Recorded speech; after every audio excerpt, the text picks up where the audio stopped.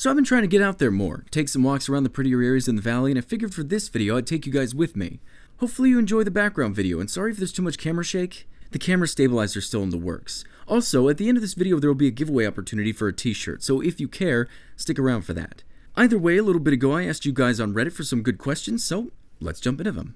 Barry, what are some of your darkest stories that you haven't told us yet? Ooh, okay. I'm actually kind of glad that intrigues you.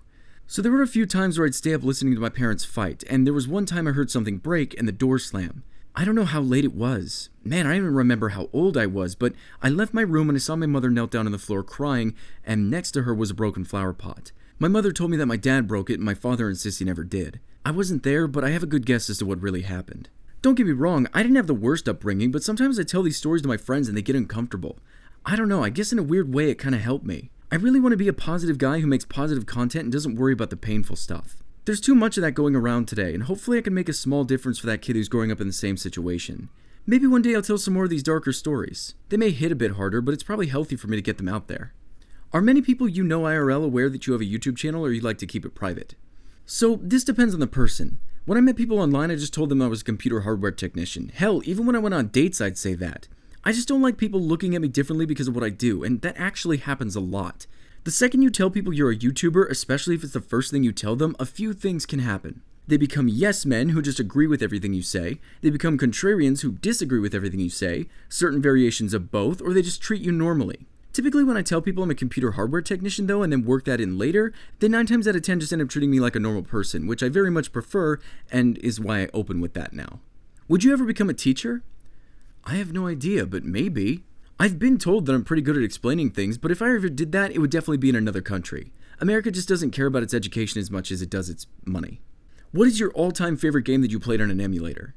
Oh, I would have to say The Legend of Zelda Wind Waker on Dolphin. Didn't see that one coming, did ya? Wind Waker was one of the first games that I ever completed, and I just keep going back to it, especially on the Dolphin emulator. It's the same game, but the art style held up for so long, and in my opinion, it's easily one of the prettiest Zelda games ever made. Plus, Wind Waker Link is the best by far. From scale 1 to 10, how sadistic are you? Well, a true sadist definitely doesn't want you knowing the answer to that, so I'm going to give you a 1 and leave it at that. Barry, if offered, which AAA company would you rather own and be lead designer for the development cycle of one major game? And what game would you design? I think I would 100% own Valve and fix everything first. Steam's becoming a laughingstock. Reputable developers aren't wanting to put their games on there because they're just overshadowed by meme games and asset flips and a bunch of bull crap. If I wanted that, I'd just go to bubblebox.com for God's sakes. After I fixed everything, I'd work on Half-Life 3. Yeah, you've heard that one before, but damn it, I was an idiot who wanted to understand what the hype was all about, so I played Half-Life 1 and 2 and both episodes, and now I want to know the ending. It's been too long, Valve. People have died not knowing. I'd also make it very clear that the game won't be as amazing as people would hope it would be, but it would end the story in a satisfying way, and that's all that matters. As a former JW myself, have you ever found yourself doing some weird things only JWs do? Yeah, funnily enough, I recently became friends with an ex-Jehovah's Witness, and reminiscing about all the stuff we used to do is a lot of fun. Like, I still have no idea about Pokemon because as a kid I was told they were demonic. I don't celebrate my birthday or my friends' birthdays because I just never did as a kid. Cussing's another one you guys have probably noticed. Jehovah's Witnesses don't cuss, so I just never do. You know when people say once you start cussing it's hard to stop? The same's kind of true for the opposite. As you've lived your life without cussing, it's hard to start. It just feels weird, and I don't know, there's probably a lot of residual stuff left over that I just don't even realize. What would you say is your biggest inspiration for your style of YouTube videos? Oh god, you guys are gonna hate me. So, when Leafy was cool and only told stories, I really enjoyed his channel. I realized that I could put the focus on the topic and not on myself, which made me really happy. Then I found JonTron, and his content's really inspired me a lot, and I hope that if someone came across my channel in a few years, their first thought would be, whoa, this reminds me of JonTron. I definitely don't think I'm there yet, but hey, it's something to strive for. What's the one thing you hear every day that makes you go, meh? No, David, you're huge. The human eye can only see blah blah blah. I think the next stupid meme is the one that always gets me. There's always some dumb meme that spreads around and solidifies the fact that we're all getting dumber and dumber. God, we don't have any idea what humor is anymore. Intelligent one-liners are dead. It's just a bunch of single sentences. They aren't even jokes unless you know the origin, and even then they barely warrant a chuckle. But we're stupid, right? We're at the top of the food chain, so who cares how smart and dumb we are? What are we competing with? I'd probably go with something like that. The thing that makes me go meh every day is watching everyone around me mentally regress. What is your most gay experience? I don't know why you guys are so interested in gay, but there was this one time I slipped my tongue down this stranger's throat. Ew, gross. Okay, nothing like that ever happened. I've said this a couple times, but I'm repulsed by the idea of doing sexual things with another guy. This annoys me a little bit too, and I'm actually envious of pansexuality. Imagine having access to a larger pool of potential soulmates, but not me. I don't know, I could never do it. What's the biggest struggle of being a YouTuber in your opinion?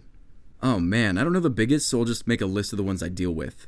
Feeling like I don't upload enough. Feeling like I upload enough, but the content wasn't as polished and well made. YouTube screwing me over, not telling me why. The constant fear that YouTube's gonna crash and I won't land on my feet. Worrying about whether or not people will like the new video series I'm trying. Other illogical worries that fly through my mind. I feel like I worry about things that'll probably never happen, but I do it because this isn't a job with safeguards. If I want health insurance, I gotta go do that on my own. If I get sick and can't post, I have no way of telling you guys what's going on. There's a lot of miscommunication, and because of that, I stress myself out thinking, the community wants console peasant quotes, but it's still gonna take another week to get that. Will they be okay with this video instead? Does it even matter? Is YouTube gonna send out the notifications of that video anyway? I don't think this way all the time. It's just the longer I go without making a video, the more stressed I get until I post one. It's not healthy, and when someone out there can tell me how to fix that, I'll be perfect. How has YouTube changed your life? I sleep a lot, but I'm also far more responsible than I've ever been.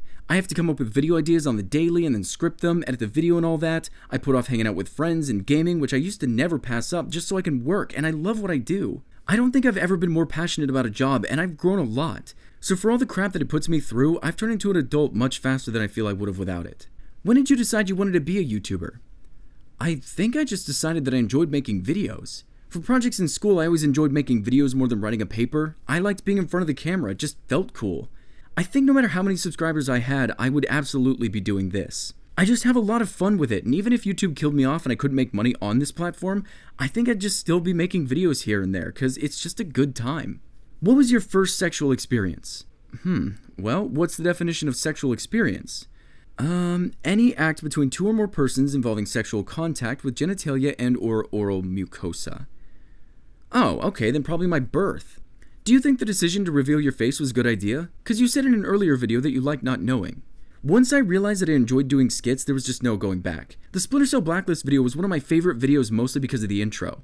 I just don't feel that video would have been as good without it. Yeah, there used to be an element to the whole who is Bulletbarry thing, but I couldn't let that go on without challenging myself and what I could do, so no, I don't regret that at all. What do you really think of your fan base? I love you guys. The fact that I can do what I love and make a living off of it, especially with how nice you guys are, seldom do I get much hate, and typically it comes in the form of constructive criticism. Here's what I like and here's what I don't, and I'm just lucky to have you guys. I have a friend who brought this up to me the other day. He said that my fan base is made up in 4 parts. The YouTube comment section, which is really friendly and constructive. These are the ones who want to see me try new things and branch out, the ones who want to watch me grow. The second is my Reddit community. These ones are the helpful types, the ones who group together and ask for help or give advice on builds and stuff. Then there's my Discord, which he says is pure cancer, but I think is really nice. A lot of people in the Discord actually have no idea who I am, which is fine by me. I actually like that it's a nice hub to make friends and get away. Who cares if they know me? But then there's the streaming side, the Twitch and YouTube, and these are the ones that are the more forceful ones. Barry, play this. Do this for me. It's harmless and fun, and I just enjoy being part of all of it. Will you ever do a fan meetup? God, I get this one enough. Yes, I will do it eventually. I'm thinking of planning a major airsoft day or something. I promise I'll make a video as soon as I have a good idea and the time. What is your favorite PC component and why? The case, but only if it has grommets. They just feel really good on my fingers. Would you want to get Red Dead Redemption 2 if it meant you'd never get to play any of the Binding of Isaac games ever again?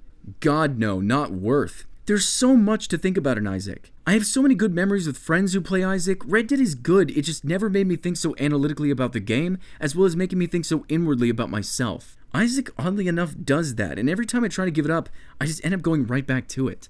In your opinion, what is the most important parts of a game? Rank them. I'd say the way you tell the story, not through cutscenes, but through the gameplay. The mechanics have to be fun and rewarding, it also has to feel good to hit things or reach objectives, and I want to feel myself improve. I think Hellblade is the best example of how AAA video games should be experienced. Will you ever have merch? Where are my t-shirts, Barry?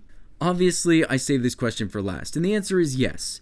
I've been trying for over a year now to get merch set up in a way that won't screw you guys over, and I may have found it, but it's still in progress. I'll let you guys know if and how that turns out. Either way, I got a sample shirt made, which is really nice, extremely soft, but ended up being a bit see-through. You can see my nipples from China in this thing, so I'm going to work with a different color for the base, but I figured I shouldn't let this shirt go to waste. So if you want this one-of-a-kind transparent nipple shirt, all you have to do is tell me why you like my channel, how long you've been watching, and why you stuck around. It seems to me the only people who'd watch a video like this are the people who love the channel the most, so I want this to be for you guys. Go ahead and type it down in the Reddit link in the description. Please don't write it in the comments of this video, it'll just be lost to all the first comments. And if you want to make a video explanation, please do.